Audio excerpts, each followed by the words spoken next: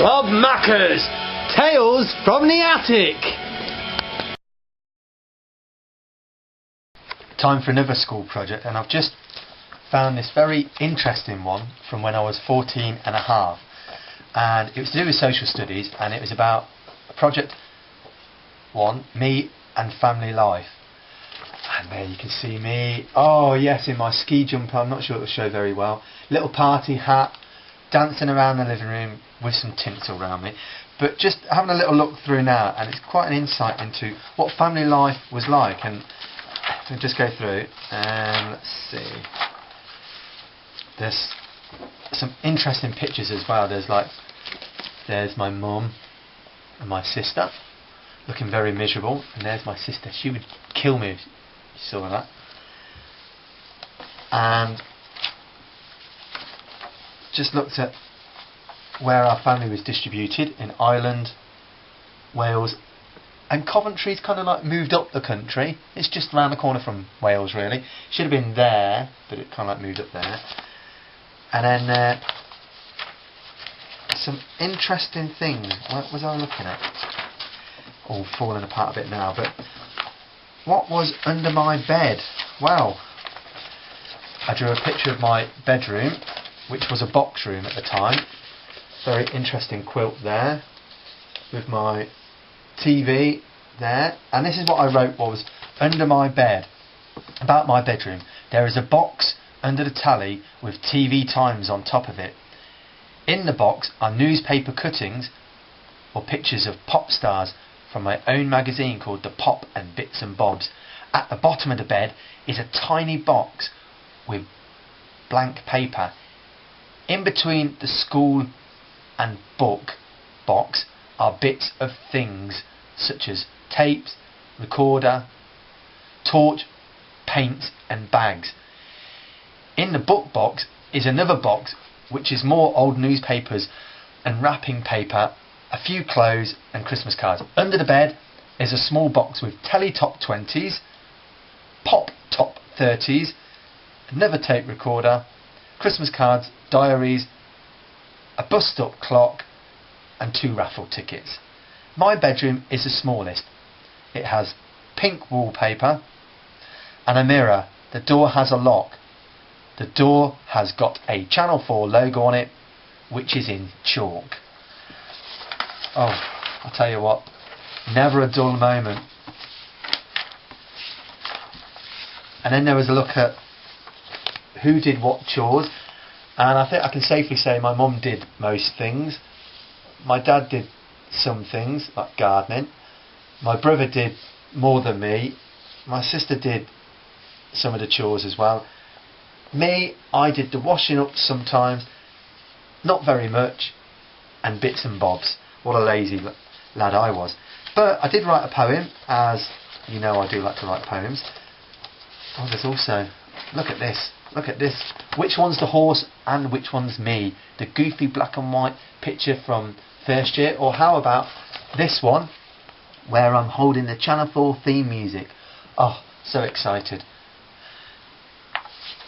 Let's have a little look. Right, here's a little autobiography. Saturday the 18th, 1969. This isn't the poem, by the way. At 2:40 a.m. I was born at Walsgrave Hospital, Coventry. March 1969, I started walking around my room. November 1969, I began talking and I've never stopped since. First word, Mama. 1970, followed Mum everywhere she went. If not, I cried. 1971, moved from our flat to a 3-bedroom house in Wood End. 1971, took an interest to music. The song Where's Your Mama Gone? Where's Your Mama Gone? Yeah, that was my favourite song.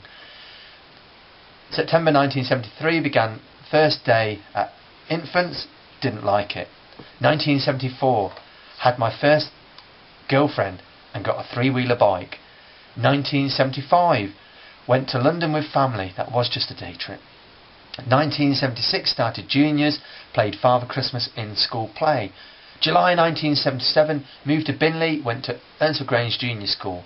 1978, reports from school, bad, and ran away from school. 1980, started Binley Park. I felt very frightened. 1981, my sister Irene got married and had a baby girl. 1982, Channel 4 started and I've watched it ever since.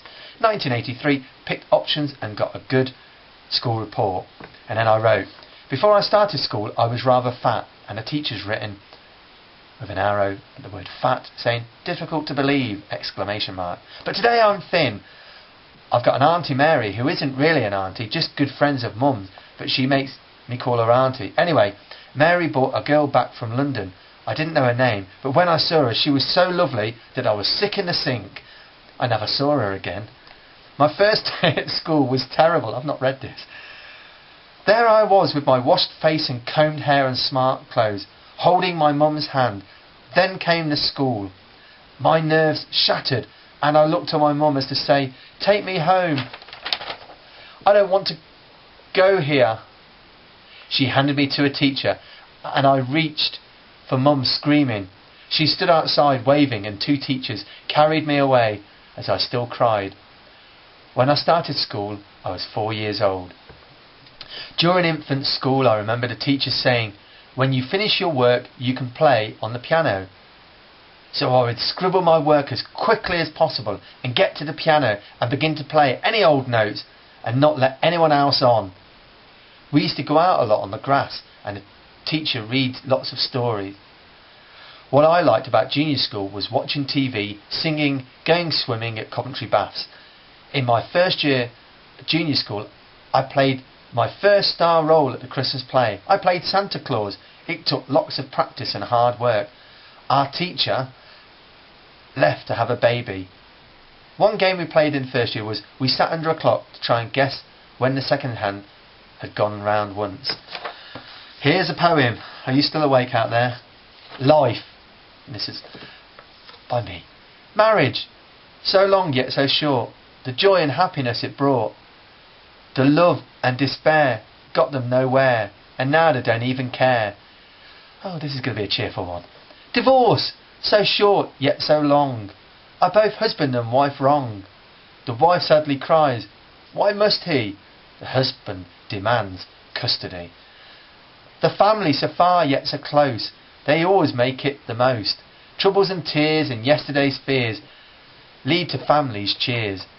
The children, so young yet so old, they never want to be told. Kids know it all, kids rave and bawl, of course they know it all. Parents so cruel yet so kind, have only their children in mind. They all drink and smoke, teach you not to go near any bloke. They think you'll end up on coke.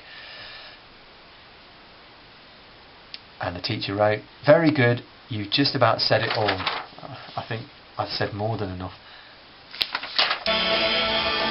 Rob Macca's Tales from the Attic.